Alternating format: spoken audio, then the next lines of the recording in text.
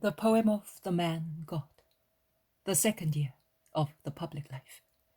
Chapter 158. Jesus speaks to Johanna of Chuza on the lake. 8th of May, 1945. Jesus is on the lake in Peter's boat, behind two other boats. One is a common fishing boat like that of Peter. The other is a slender, expensive pleasure boat. It belongs to Johanna of Chuza, but the owner is not in her boat. She is at Jesus' feet in Peter's humble craft. I would say that they met by chance somewhere on the flowery shore of Gennesaret, most beautiful in this first appearance of Palestine's springtime, which strews its clouds of blossoming almond trees and lays the pearls of future flowers on pear and apple trees, on pomegranates, quince trees, on all the trees which are most fruitful and bear the most beautiful blossoms and fruit. When the boat keeps close to the shore, exposed to the sun, one can already see millions of buds swelling on the branches, awaiting to blossom, while the petals of the early almond trees flutter in the quiet air until they alight in the clear water. The shores, covered with the new grass, which looks like bright green silk, are studded with the golden eyes of buttercups or radiate star daisies, near which the beautiful, thin, bluish forget-me-nots, stiff on their stems like little crowned queens, smile gently, as placid as children's eyes, and they seem to be saying yes, of course, to the sun, to the lake, to the other herbs which are happy to bloom under the sky-blue eyes of their Lord. At the beginning of spring, the lake has not yet the opulence that will turn it into a triumph the following months. It has not the luxurious pomp, which I would call sensual, of the many thousand rigid or supple rosaries, in the form of tufts in gardens or veils against walls, of the many thousand corymbs and acacias, of the thousands and thousands of groups of tuberoses, of the thousands and thousands of waxed stars of citrus trees, of all the blending of hues, of strong, soft, inebriating perfumes, which form the environment and spur of human great desire for enjoyment that desecrates this corner of the earth, which is so pure. And this is the Lake of Tiberias, the place chosen centuries ago to be the theatre of the greatest number of miracles worked by our Lord Jesus. Johanna looks at Jesus absorbed in the beauty of his Galilean lake, and her face smiles, reflecting, like a faithful mirror, his smile. They are speaking in the other boat. There is silence here. The only noise is the thud of the bare feet of Peter and Andrew, who are maneuvering the boat, and the sigh of the water opened by the prow and whispering its pain to the sides of the boat, and then changing into laughter at the stern, when the wound heals and becomes silvery wake, that the sun causes to sparkle as if it were diamond dust. At last, Jesus ends his contemplation and turns his eyes towards Johanna. He smiles at her and asks her, "We are almost there, are we not? And you will be saying that your master is not a very pleasant companion. I have not spoken one word to you. But I have read them on your face, master, and I hear everything you said to these things which are around us." Well then, what was I saying? Love. Be pure, be good, because you come from God, and nothing bad or impure has come out of his hands. You have read right. But, my Lord, the herbs will do that. Also the animals will do it. Man, why will he not, although he is the most perfect? Because Satan's tooth has pierced man only.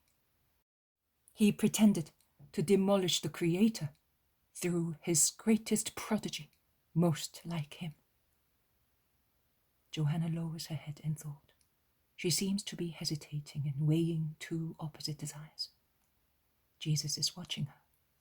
She then raises her head and says, "Would you mind approaching some friends of mine who are pagans? You know, Chuza is a courtier, and the tetrarch, and even more so the true mistress of the court, Herodias, to whose will every desire of Herod yields, as it is fashionable, to show that they are more refined than any other Palestinian, to be protected by Rome, by worshipping Rome and everything that is Roman, flirts with the Romans of the proconsular household, and almost imposes them onto us.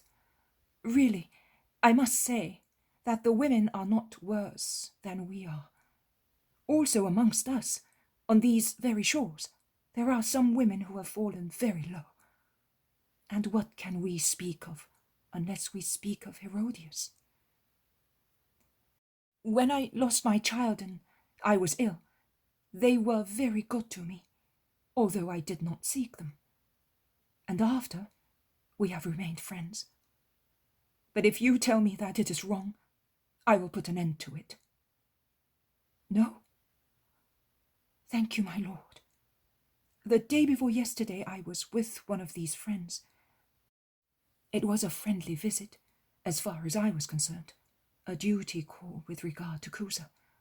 It was an order of the tetrarch, who would like to come back here, but does not feel too safe, and so he enters into more interested relations with Rome in order to be protected.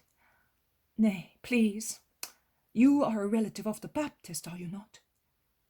Well, tell him not to be too trustful. He should never leave Samaria.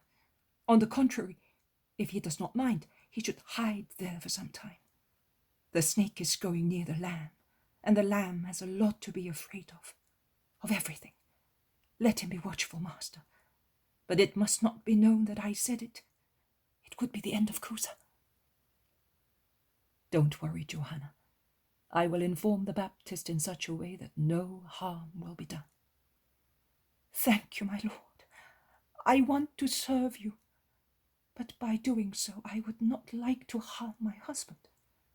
Nay, I will not always be able to come with you. Sometimes I will have to stay, because he wants me to, and it is just—" "You will stay, Johanna. I understand everything. Say no more, because it is not necessary." "But will you want me to be near you in the most dangerous hours for you?" "Certainly, Johanna." Oh, what a burden it was for me having to say that, and actually giving voice to the words. But now I am relieved. If you have faith in me, you will always be relieved. But you were talking about a Roman lady friend. Yes, she is a close friend of Claudia, and I think she might be a relative of hers too. And she would like to speak to you. Or at least listen to you. And she is not the only one. Now that you have cured Valerius' child, and the news travelled as quick as lightning, they are more anxious than ever. At the banquet the other evening, there was a lot of talking in your favour and against you, because some Herodians were present, as well as some Sadducees, although if you asked them, they would deny it. And there were also some women, rich, but not honest. There was, I regret telling you because I know that you are a friend of her brother, but there was Mary of Magdala, with her new friend and another woman, a Greek, I think, as dissolute as she. You know, among heathens, women are at table with men, and that is very, what a nuisance. My friend was so kind as to choose my husband as my companion, and that was a great grief. But the others, oh, well, they were talking about you, because Faustina's miracle caused a stir. And if the Romans admired you as a great doctor or magician, forgive me, my lord, the Herodians and the Sadducees vomited venom on your name. And Mary, oh Mary, how horrible! She began sneering, and then, no, I will not tell you. I wept all night over it. Never mind, she will recover. But she is all right, you know. Her body is. All the rest is poisoned. She will recover. You say so. The Roman women, you know what they are like, said, we are not afraid of witchcraft, neither do we believe in lies. We want to judge by ourselves. And after they said to me, could we not hear him? Tell them that at the end of the month of Shabbat, I will be in your house. I will tell them, my lord. Do you think they will come to you? There is a world to be rebuilt in them. First, it is necessary to destroy, then to build. But it is not impossible. Johanna, there is your house and your garden. Work in it for your master, as I told you. Goodbye, Johanna. The Lord be with you. I bless you in his name. The boat draws near to the shore. Johanna begs, are you really not coming? Not now. I must revive the flames. In the absence of a few months, they have almost gone out, and time flies. The boat stops in the little bay which penetrates into Chuza's garden. Some servants rush to assist the mistress in getting off. Her boat arrives at the wharf after Peter's, and John, Matthew, the Iscariot, and Philip come off it and get on board Peter's boat, which slowly departs and resumes its voyage to the opposite shore.